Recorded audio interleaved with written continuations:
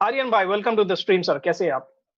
बहुत बहुत धन्यवाद आपका सिम भाई। और मैं सबसे पहले ये हमारे मुफ्ती साहब का बहुत बहुत शुक्रिया अदा करना चाहता हूँ कि वो आपके स्ट्रीम में आए। बहुत बहुत शुक्रिया। और, वैसे और शुक्रिया अदा मुफ्ती साम साहब भाई को करना चाहिए था।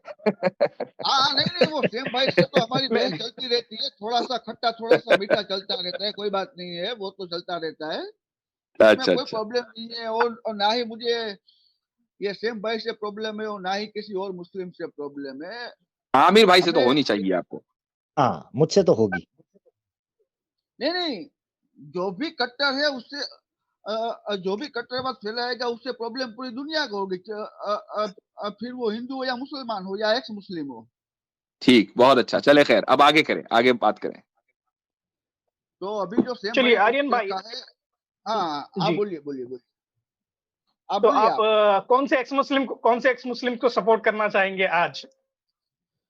मैं हम्म। मैं तो हर उस इंसान को सपोर्ट करता हूँ जो कट्टर नहीं है और जो सभी को साथ में लेके चलने वाली सोच, जो सोच रखता है, जो अ, अ, सभी को एक साथ लेके चलता है, जो धर्मनिरपेक्ष रहेगा, जो अगर तो किसी क्या धर्म आपको के क्या बारे में। आप ठीक है, बोलिए, सुनिए आप सुनिए सुनिए। बोलिए। आइडियोलॉजी के ऊपर बात हो रही है यहाँ पर मेरे भाई। एक्स मुस्लिम्स की आइडियोलॉजी हाँ इस्लाम से बेहतर कैसा है? तो कौन सी आइडियोलॉजी आपको लगती है, किसकी? आदम की आइडियोलॉजी आपको अच्छी लगती है, इस्लाम से बेहतर है, या समीर की, या फिर साहिल की? किसकी आइडियोलॉजी बेहतर है? देखिए, किसी की भी धार्मिक आइडियोलॉजी होगी, अगर उसमें कोई हम्म। कट्टरता है तो वो आइडियोलॉजी बेकार है। अच्छा, ठीक कट्टरता है। किसे कहते हैं? हाँ मैं हाँ, देख ये सकता जरा हूँ पूछो। कट्टरता किसे कहते हैं। हाँ तो हम्म, मैं मुफ्ती साहब से ही पूछना चाहूंगा कि आपकी कुरान में वर्स नंबर 9 और सूरा नंबर 23।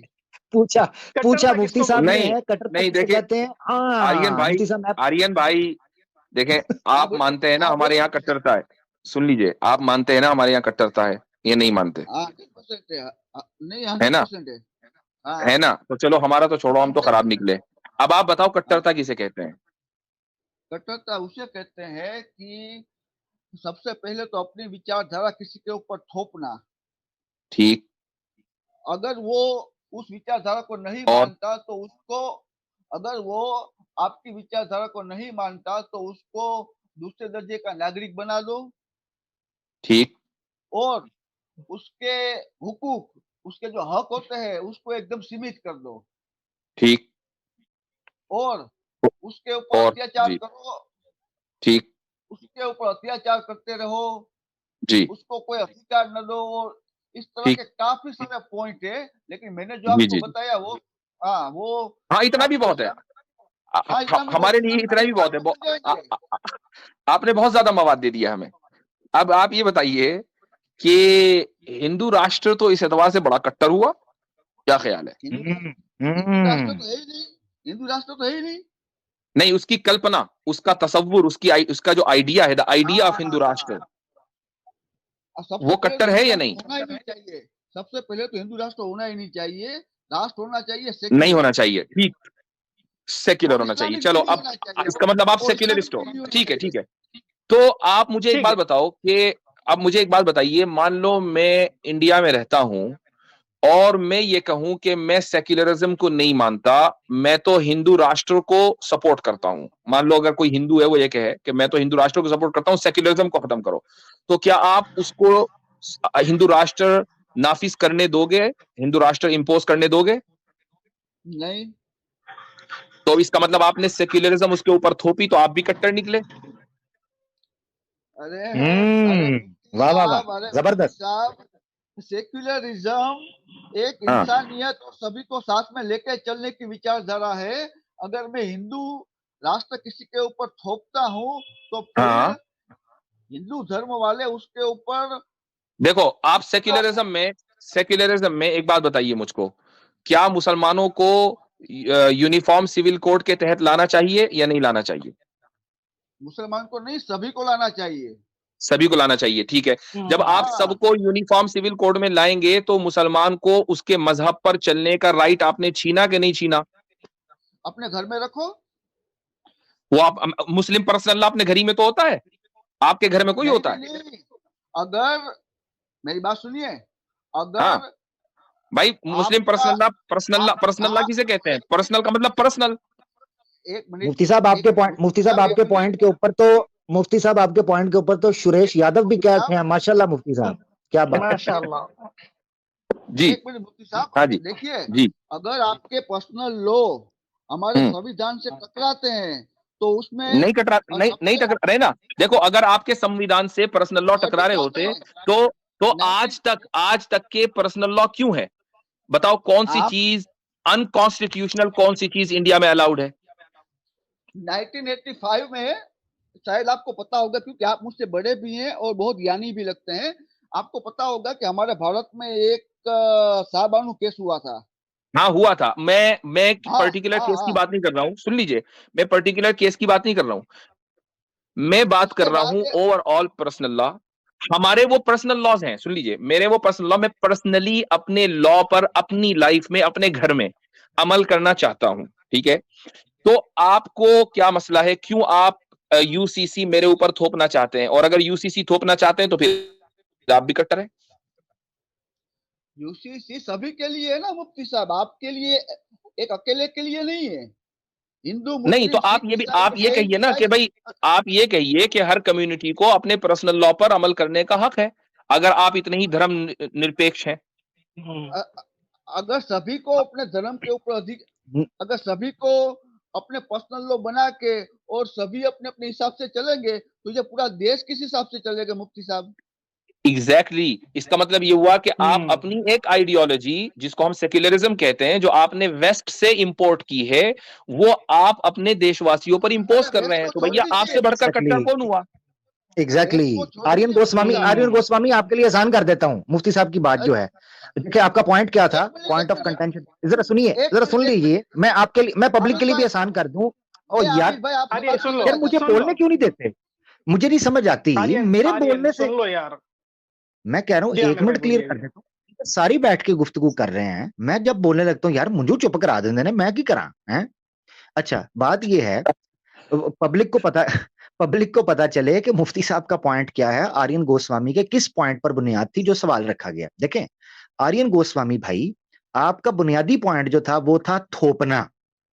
आप किसी आइडियोलॉजी को थोपना, किसी पर फोर्स से इनफोर्स करना, इंप्लीमेंट करना, इसको आप समझते हैं कि ये आइडियोलॉजी मैं नहीं मानता, ये कट्टरता है, थोपना।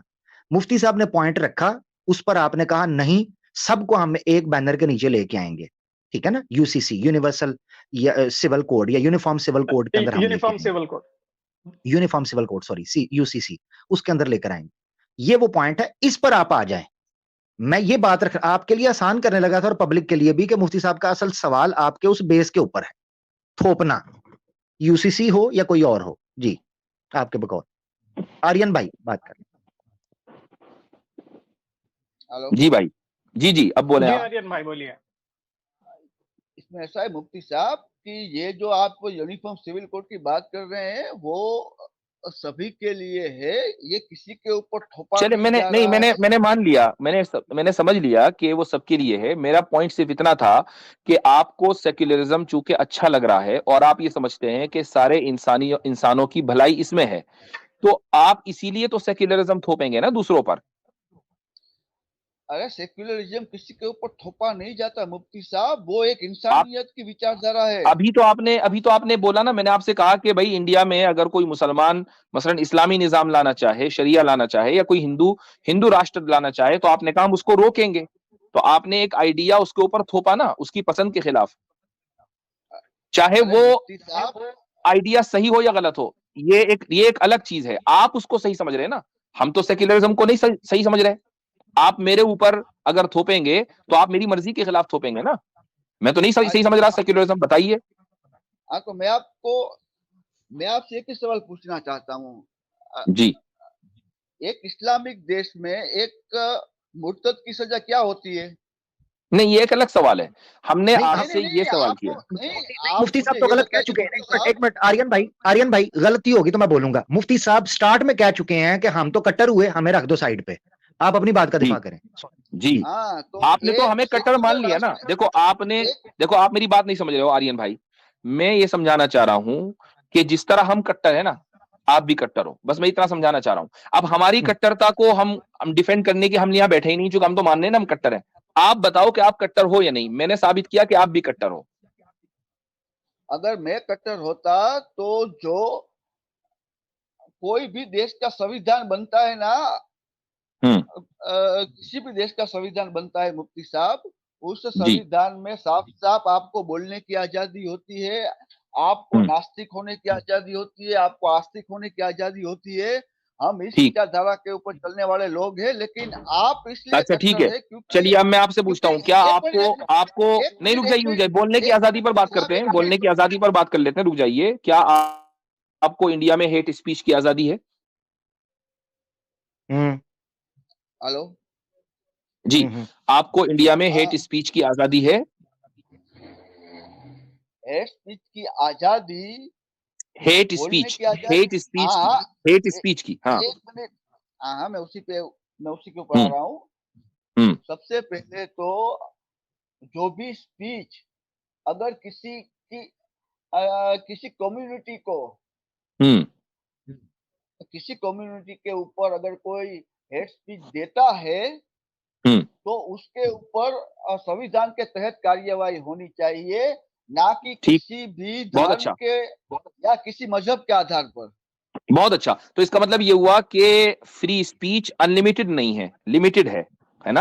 हाँ हाँ, 100%। तो अगर मैं यहाँ तो पे फिर खड़े रह के, तो अगर फिर मैं आप खड़े ये रह क्यों के, कह रहे हैं, एक तो मिनट फिर आप प्लीज। ये क्यों कह रहे हैं कि अरे सेक्युलर कॉन्स्टिट्यूशन जो है वो फ्रीडम ऑफ एक्सप्रेशन देता है, स्पीच की आजादी देता है? आजादी तो नहीं दी उसने, तो आपको एक हाँ, लॉलीपॉप लॉलीपॉप पकड़ा दिया मैं आपको कि लो समझाता खुश हो हूँ। जाओ। अभी देखिए, हाँ, अभी देखिए आप, कि अगर मैं श्री राम के ऊपर या मोहम्मद साहब के ऊपर बोलता हूँ तो मेरे देश में संविधान के ऊपर और उसके तहत मेरे ऊपर कार्यवाही होगी। अगर मैं आपके देश में बोलूंगा तो मेरी गर्दन उठ जाएगी।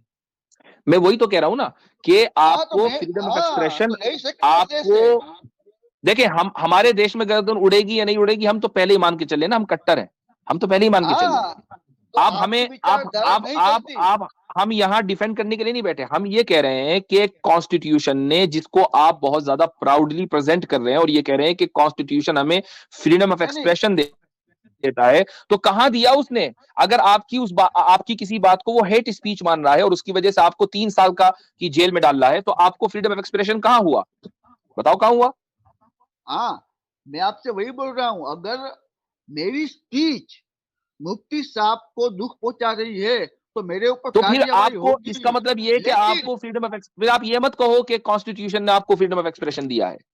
कहां दिया है? मुफ्ती साहब, अरे मुफ्ती साहब, आप मेरी बात समझिए। अगर मैं आपके मजहब के खिलाफ बोलता हूँ, आपके पैगंबर साहब के खिलाफ बोलता हूँ, तो मेरे ऊपर कार्यवाही किस तरह से होगी? मेरे संविधान के तहत मेरी गर्दन नहीं काटी जाएगी। नहीं, क्यों तो होगी? वो सवाल क्यों, कर रहे वही हैं, तो क्यों यही तो होगी? सवाल है, क्यों होगी? क्यों, जब क्यों? आपको फ्रीडम ऑफ एक्सप्रेशन है नहीं हाँ होनी चाहिए ना? हाँ हाँ, हमारे संविधान के तहत या किसी भी संविधान के तहत सभी भाई के नहीं नहीं, क्यों लिए होगी? बोलने की आजाद। किसी भी की नहीं अरे बात हो एक रही ना, मिनट ये आमिर आर्गुमेंट भाई, टाइम क्यों वेस्ट? आमिर ये भाई, मेरी आमिर बात सुनो। भाई, और आमिर यार भाई, मेरी बात सुनो, और मेरी बात आमिर भाई, सुनो, मैं आपकी पकाओगे बात। यार मेरी। नहीं, मेरे से बात कोई भी नहीं करना चाहता, मुझे पता है। हाँ, बात ये है कहने की, यार मुफ्ती साहब आपसे सिंपल प्लेन एक क्वेश्चन पूछ रहे हैं, आपके संविधान, आप घुमा, मेरा सर नहीं उड़ाएगा समझ। ओ भाई, वो थोपते हो कि नहीं थोपते, ये है वो सवाल। आप घुमा रहे हैं जलेबियां, मैं ऑडियंस की तरह अपने आप को देख रहा हूं, मेरा पका दिया आपने दिमाग सर, माजरत के साथ। आप अपने कॉन्स्टिट्यूशन को एनफोर्स करेंगे कि नहीं करेंगे? अगर करेंगे सबके ऊपर, इसे ही थोपना कहते हैं। आपने कट्टरता की जो डेफिनेशन मुफ्ती साहब ने आपसे स्टार्ट में पूछी थी, उस कट्टरता की डेफिनेशन पर आप खुद उतर रहे हैं पूरा। अब फर्क क्या है जी? मिसाल के तौर पे उसकी गर्दन उड़ा रही थी, हम गर्दन नहीं उड़ाते जी, हम टांग उड़ा देते हैं। हम टांग नहीं उड़ाते जी, हम 1 साल जेल में डाल देते हैं। कट्टरता को इंटेंसिफाई कर रहे हैं ना, कैटेगराइज कर रहे हैं। कट्टरता तो फिर भी है, तो वो खुमार किधर गया पेश करने का? ये है असल मसला मेरे भाई। क्या घुमा रहा है ये बंदा जी। अरिन भाई समझे हो गया ना आप? कट्टरता तो आपके पास भी है, जो सेक्युलरिज्म का झंडा आप लहरा रहे हैं ना, वो भी एनफोर्स कर रहे हैं आप। यहाँ पर फ्रीडम ऑफ एक्सप्रेशन कहां पर है? आप तो थोप रहे हैं, अगर ऐसा कुछ कोई बोलेगा तो उसको जेल में डाल दिया जाएगा, फाइन पड़ेगा, ये इंपोज कर रहे हैं ना आप। किसी के ऊपर थोप रहे हैं ना। नहीं, अगर मेरी आजादी है बोलने की तो अच्छा, मैं क्या एक मिनट, बोलूंगा? आर्यन भाई, आर्यन गोस्वामी जी, क्या आपको इंडिया में अपने घर की छत पे पाकिस्तानी झंडा लहराने की आजादी है? मैं अपने दिल से ले रहा हूँ, मैं अपने दिल से जी क्यों ले रहा हूँ उसको? मैं नहीं, उसको मैं क्यों ले रहा हूँ? नहीं, मैं नहीं कह रहा हूं आप लहराओ, मैं पूछ रहा हूं आपको उसकी आजादी है या नहीं? नहीं, चाइना का झंडा लहराने की आजादी है, क्यों? नहीं, पाकिस्तान क्यों का नहीं है? झंडा लहराने की आजादी है, क्यों? क्यों नहीं है? लेकिन क्यों ले रहे हैं हम क्यों ले रहे हैं उनका? नहीं, मैं ये नहीं, आप नहीं, आप हमारा पॉइंट नहीं समझ रहे। हम ये नहीं कह रहे आप लहराओ, हम ये कह रहे हैं कि आप क्या आजादी की बात आपको कर रहे हैं। हाँ, मैं समझ आपको गया। आजादी है आप या नहीं है, आजादी की ये बात सवाल है। हाँ, मैं क्यों ले रहा हूँ, लेकिन अगर मुझे ओ भाई, मैं आजादी ये भी नहीं कह है। रहा हूं कि आप लहराओ। आप अगर ये किसी जज्बाती चीज हो के रहा है। करने का आपको हक है तो इसका मतलब ये नहीं होता कि आप उसको जरूर करो। सिर्फ ये पूछ रहा हूं कि क्या कॉन्स्टिट्यूशन, क्या इंडियन लॉ आपको आजादी देता है चाइना का झंडा लहराने की? क्यों देगा लेकिन मुझे आजादी? ओहो, तो इसका मतलब आपको फिर आजादी नहीं है। हाँ, फिर आप ये कहो कि कॉन्स्टिट्यूशन ने आपको आजादी नहीं दी।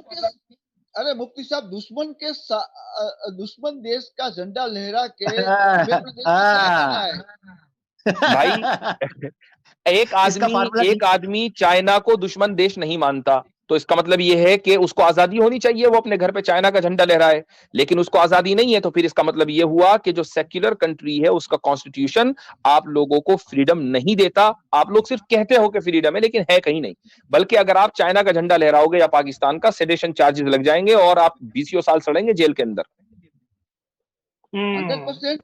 समझे आर्यन भाई। तो आजादी ये है थोपा ना, जा रहा है ना। ये है ना। नहीं, मुफ्ती साहब, आजादी के साथ कुछ पाबंदियां भी होती हैं। फार्मूला ठीक हो गया हजरत। ठीक है। बिल्कुल ठीक हो गया, एकदम एकदम सही जगह बैठे हैं। आजादी के साथ कुछ पाबंदियां भी होती हैं। आजादी के साथ कुछ पाबंदी होती है, ऐसा नहीं है कि हम बस ऑफिस यही मैं कह रहा हूं, या यही मैंने कहा कि आजादी के राजनीतिक साथ, के घर पे बुला रहे हैं। बिल्कुल बिल्कुल बिल्कुल बिल्कुल मैंने मान लिया आपकी बात कि आजादी के साथ कुछ पाबंदियां होती हैं। उन पाबंदियों को डिपेंड करता है कि वो कितनी इंटेंस हैं, कितनी सेंसिटिव हैं। अगर आप उन सेंसिटिव चीजों को तोड़ देंगे तो आपकी सजा ज्यादा होगी, और नहीं तोड़ेंगे तो कम होगी। मिसाल के तौर पर आप किसी कम्युनिटी को मुसलमानों के खिलाफ मसलन बोलें तो आप 3 साल के लिए जेल में जाएंगे। लेकिन आप पाकिस्तान का झंडा अपनी छत पे लगा लें या मसलन चाइना का झंडा लगा लें तो आप 20 साल के लिए अंदर जाएंगे। इस डिपेंड करता है कि कितना सेंसिटिव मुद्दा आपने उठाया है।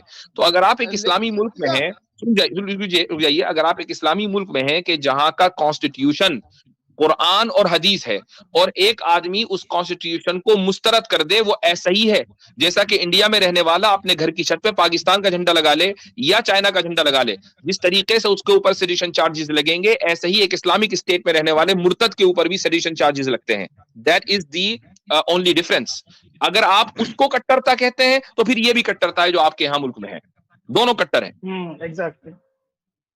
अरे मुफ्ती साहब, आपने तो एकदम उसका मीनिंग ही बदल दिया। आपने तो एक जो आपसे सहमत नहीं है, जो आपकी सोसाइटी में डाइवर्सिटी है, उसके साथ अगर वो सहमत नहीं है तो उसको मार दो। ये किस तरह की आजादी हुई? मैं भाई, मैं मान लो मैं अगर चाइना के साथ सहमत हूं और इंडिया के साथ सहमत नहीं हूं तो हमारे देश में चाइना के साथ सहमत है, हमारे यहाँ के वामपंथी, हमारे यहाँ के कम्युनिस्ट उसके साथ सहमत है। अच्छा, व्हाट अबाउट पाकिस्तान? अगर कोई आदमी पाकिस्तान का झंडा लहराए अपनी छत के ऊपर और कहे कि मैं तो पाकिस्तान के साथ सहमत हूं, तो आप क्या कहेंगे कि तुम्हें यहां रहना है कि पाकिस्तान के साथ? निकलो पाकिस्तान, ये कहोगे ना? हाँ, उसको कहेंगे, 100% कहेंगे। यही कहेंगे ना। हम ये कहेंगे जब कोई हमारे यहाँ मुर्तद बनता है तो हम ये कहते हैं कि चलो जाओ मुर्तदिस्तान, यहाँ क्या कर रहे हो इस्लामिस्तान में? कब्रिस्तान। किसी मुर्तद में कोई भी मुर्तद आपके देश के खिलाफ कोई साजिश कर रहा है तो आप उसको कहिए। यही मैं बताने लगा था हजरत। यहाँ मैं एक चीज रखने लगा था जो मिसिंग पॉइंट है वो कि हम एक मिनट, आर्यन भाई एक मिनट, थैंक यू। असल में जो कोर चीज है जिसको समझना बड़ा जरूरी है, जिसकी तरह मुफ्ती साहब तो एक इनके ऊपर रखकर इसलिए बात कर रहे हैं, नाज़रीन को ये लग रहा होगा कि हम जारी बात है इस चीज को समझना चाह रहे हैं, जो आइडियोलॉजी वो पेश कर रहे हैं वो क्या है। तो वो तो साबित हो गई कट्टर है, और उन्होंने खुद माना कि आजादियों के साथ पाबंदी भी जरूरी है वरना सोसाइटी सर्वाइव नहीं कर सकेगी। तो बिल्कुल एग्री हो गए इस पॉइंट पे। जो ये इशू रख रहे हैं ना, बार बार एक चीज आ रही है, मार दो। इसके ऊपर डिटेल से बात हुई है, और मुफ्ती साहब स्टार्ट में कह चुके हैं कि अभी हम डिफेंसिव बात, वगरना इसके ऊपर डिटेल से बात हो चुकी हुई है कि इस्लाम में मुर्तद की भी कैटेगराइजेशन है। ये गलत फहमी आमतौर पर नॉन मुस्लिम के यहाँ फैली हुई है। जब वो कट्टरता और इस्लाम और मुर्तद और तलवार और गर्दन उड़ रही है, हाथ कट रहा है, वो ये समझते हैं कि शायद किसी ने सांस भी लिया ना मुर्तद ने, तो हम उसकी गर्दन उड़ाने के कायल हैं। जबकि आप डिटेल्स जब एनालिसिस करते हैं इस्लामिक जो कुरान ने, हदीस ने किन को इजाजत दी है, किन के बारे में, किन को महारिबीन और फसाद फिल अर्ज में रखा है और किन को नहीं रखा, ठीक है, ये फर्क है।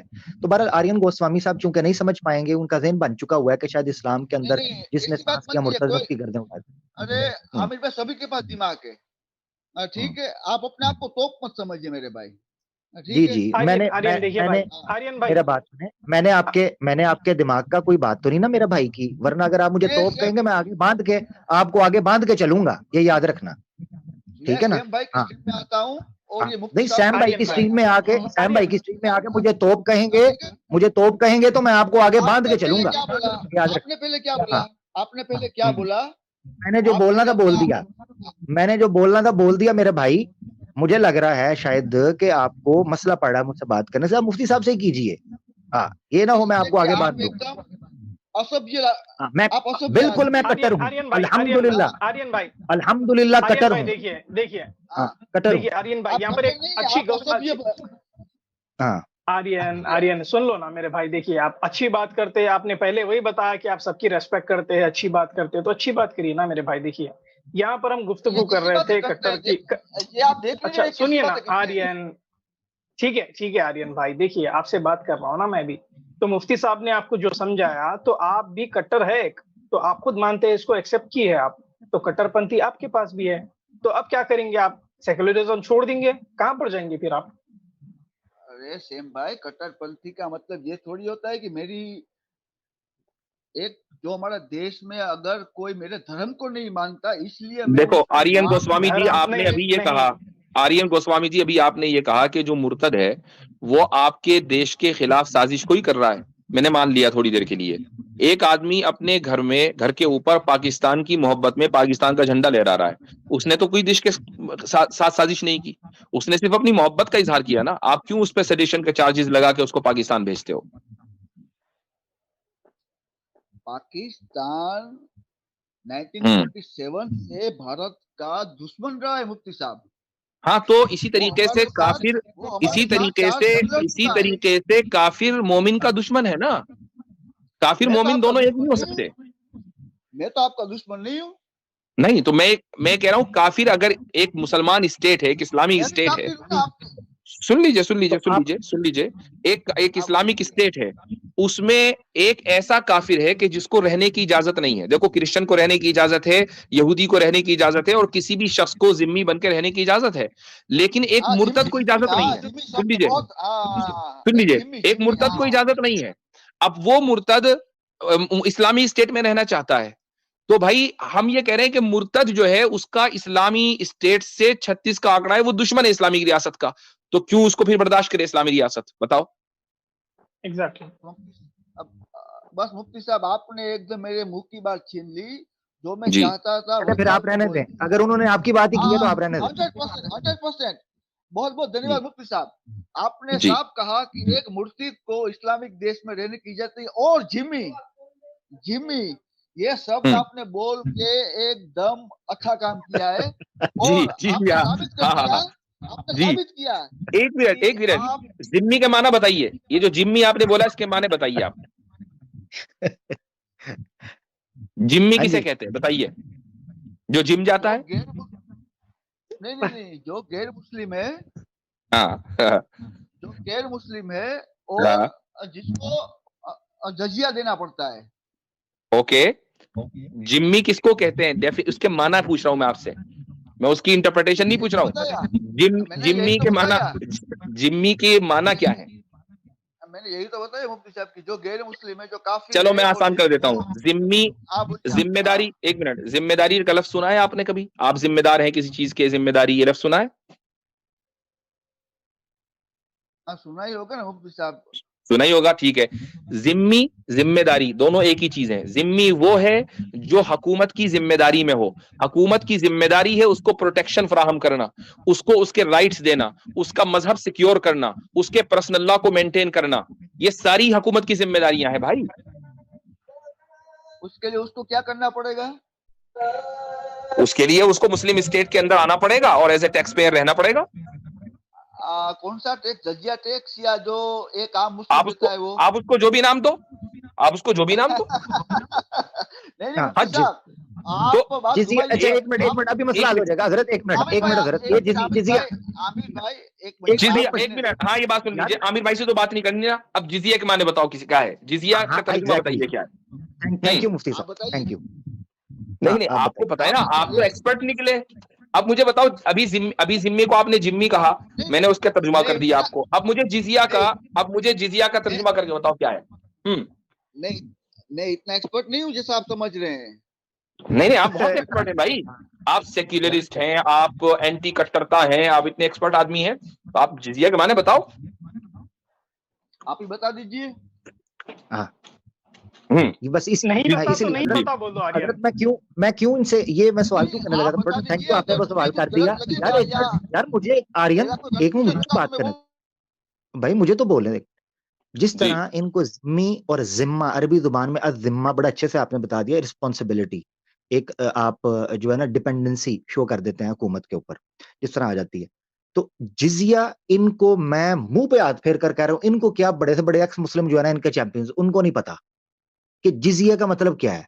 जिस चीज को इन्होंने डेरोगेटरी टर्म के तौर पर इस्तेमाल किया है, या डेरोगेटरी इनको फील होता है जिजिया, वो बेसिकली उसमें उसके पीछे हिकमत क्या है, उस वर्ड के अंदर वो चीज छुपी हुई है।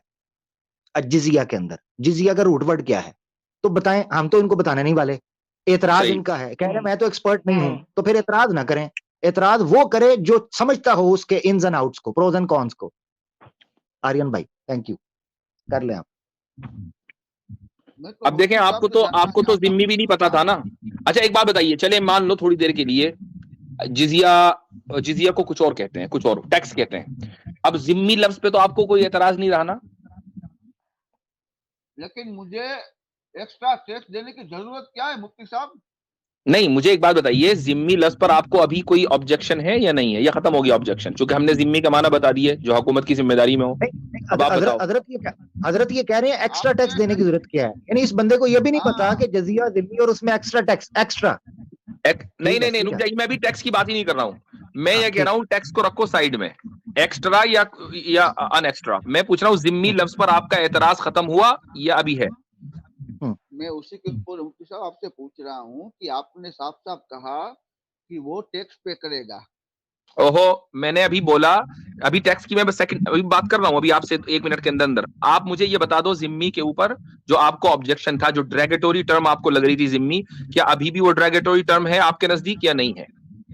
इस्लामिक देश के अंदर हर गैर मुस्लिम एक, मैंने बताया ना भैया, जिम्मी के कहते हैं जो हुकूमत की जिम्मेदारी में हो, सीधी सीधी बात है, जो हुकूमत के ऊपर डिपेंड करता हो। मैं और आप हुकूमत के ऊपर डिपेंड करते हैं, कहीं भी रहेंगे। तो अब मुझे बताओ, जिम्मी एक ड्रैगेटोरी टर्म है या नहीं है?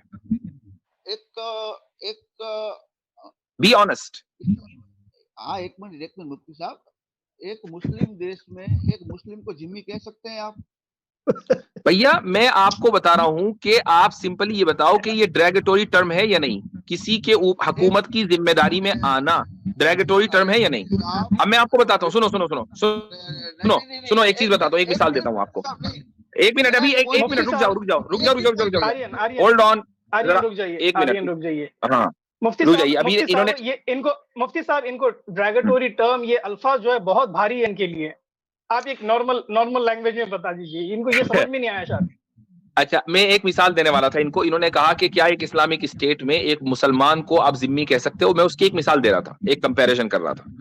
अमेरिका में, इंग्लैंड में, कनाडा में, इन सारे मुल्कों में एक निजाम है कि जो लोग बाहर से माइग्रेट करके जाते हैं उनको वो एकदम सिटीजनशिप नहीं देते, बल्कि उनको परमानेंट रेजिडेंट देते हैं, और अमेरिका में उसको एलियन रेजिडेंसी कहा जाता है, एलियन रेजिडेंट। तो अब अगर एक आदमी एलियन रेजिडेंट है और वो टैक्स भी पे करेगा, वो सारे काम करेगा, उसको हर राइट होगा, लेकिन वो वोट नहीं डाल सकता, वो गवर्नमेंट जॉब उसको नहीं मिलेगी आमतौर से, लेकिन वोट तो बिल्कुल नहीं डाल सकता, ना ले सकता।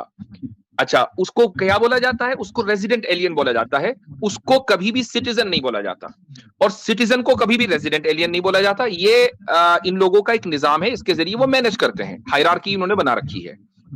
ऐसे ही हर मुल्क के अंदर हायरार्की होती है। एक मुसलमान को हम जिम्मी नहीं बोलेंगे, मुसलमान चूंकि सिटीजन है और जिम्मी जो है वो रेजिडेंट है, दोनों में फर्क है। अब मुझे आप बताओ कि क्या अब जिम्मी एक डेरोगेटरी टर्म है या नहीं है? डेरोगेटरी टर्म समझते हैं आप? अरे मुफ्ती साहब, डेरोगेटरी टर्म समझते हैं, हाँ या ना? मैं समझता हूँ। समझते हैं, ठीक है। अब ये बात साबित हो गई कि जिम्मी डेरोगेटरी टर्म नहीं है। हाँ,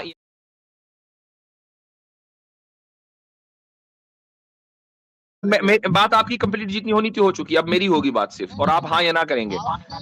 आप जिम्मी डेरोगेटरी टर्म है या नहीं है? हाँ या ना? साहब उसी के ऊपर आ रहा हूँ भैया, हाँ या ना कर दो ना, आने की जरूरत ही नहीं है। किसी भी चीज का जवाब कभी भी हाँ या ना में नहीं होता। नहीं होता है। आप पूछेंगे अल्लाह है या नहीं, मैं कहूंगा है। देखो हाँ या ना में जवाब है। मैं कहता हूँ नहीं। इसका मतलब आप भी मानते हो हाँ या ना में जवाब है? आप इसका मतलब आप मानते हो कि हाँ या ना में जवाब है? जबरदस्त जबरदस्त। इसका मतलब ये है कि आपने ये मान लिया कि हाँ या ना में जवाब है, जब तो आपने कहा कि मैं कहता हूं नहीं है। तो आपने तो मेरी तारीफ कर दी। आप मेरी बात सुनेंगे नहीं सुनेंगे, या मैं चला जाऊं यार?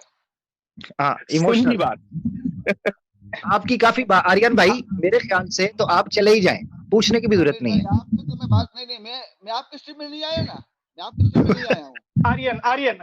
आर्यन देखिए आपसे, देखिए गुफ्तगू एक अच्छी हो रही है, आपसे एक सिंपल सवाल किए, मुफ्ती साहब का सिंपल एक जवाब दे दिए।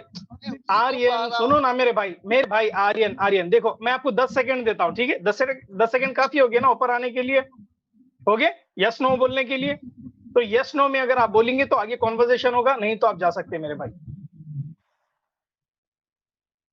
बताइए भाई जी। जिम्मी को आप एक डेरोगेटरी, सुन लो ना मेरे भाई, मुफ्ती साहब जो आपसे सवाल किया उसका जवाब दे दो हाँ या ना में। हाँ, मैं मानता हूँ।